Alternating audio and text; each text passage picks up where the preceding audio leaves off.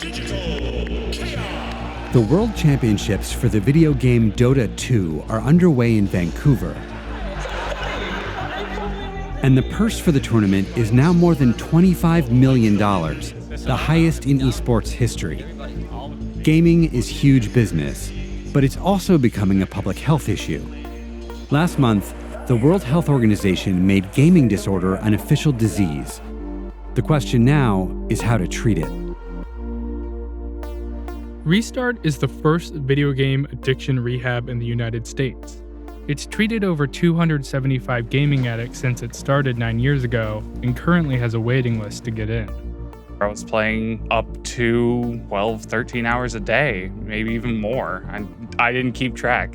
You just kind of minimize it, barely going out to eat, barely going out to interact with anyone at all, just on the damn computer, and just not caring about anything else. Even now, it's still kind of hard to say, I really did that, and think to yourself, wow, I'm a bit of an ass. These are two patients at Restart. They were sent here by their parents after they failed out of college. Do you think people, if you told them about Restart, that there's a whole facility just for gaming addiction, they'd be surprised? They'd be surprised, and also they'd probably get a bit angry. The reaction of, oh, you're just a baby, why don't you just grow up and mature? Which, could you imagine saying that to an alcoholic? You can't just get over it. It takes a lot of effort and work. The first phase is this intensive phase where they have no access to digital media. Okay.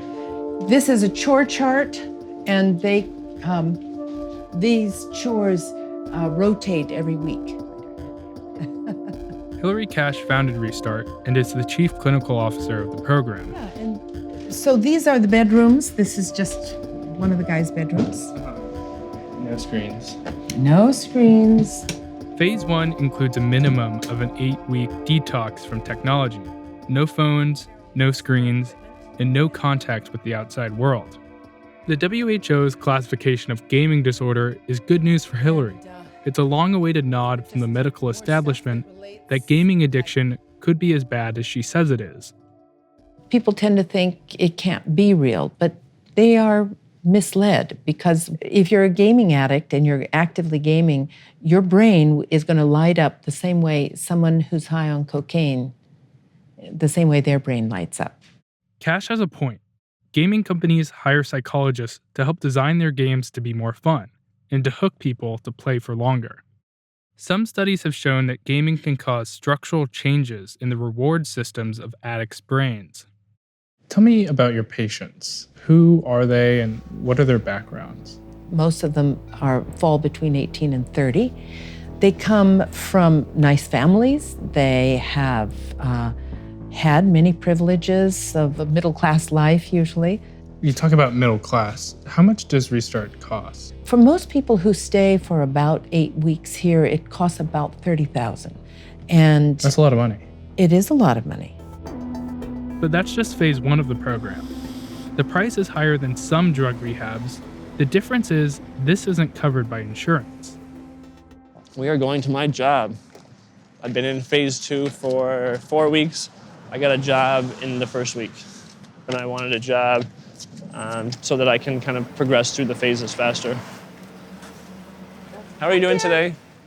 Kevin ended up at Restart after his parents gave him an ultimatum: get help or get out of the house.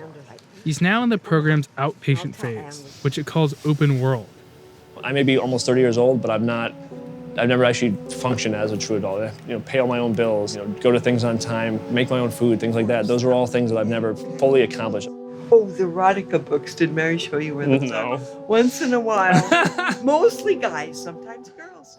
For a little over $7,000 a month, Kevin's parents pay for him to live in a halfway house for gamers and receive daily therapy to slowly integrate tech back into his life. He's only allowed to have a flip phone and has to petition his therapist for a smartphone. So I use a computer about once a week. You basically have to sign up more than 24 hours in advance to make it intentional use of the computer. In the past, I always used a computer just because I wanted to use a computer. Now, kind of make everything in my life intentional. It changes the impulsivity of things. We're gonna be heading off to Jewel Park, hanging out, building social bonds. A lot of psychologists and research, it's being dumped into trying to prove that it's not a problem, when people that I've seen for years. You see it every day. I see it every day. I had a guy telling me like how his bathroom just had mushrooms growing in it because he hadn't cleaned his tub. We reached out to 5 major game developers, and they all referred us to the industry's lobbying arm, the Entertainment Software Association.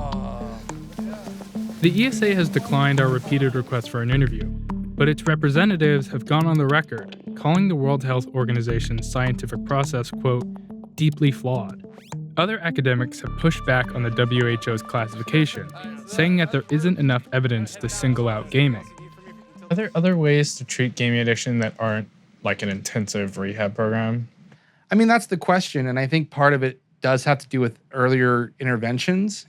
You know, the World Health Organization just recognized it, but in America as a whole, it's not recognized. None of this is enough to convince American game developers to rethink their product. They're the ones who are pushing all of this onto the general population to make money. So it's not in their interest to admit that there is a serious problem. Like almost any addiction, it's all about that dopamine rush.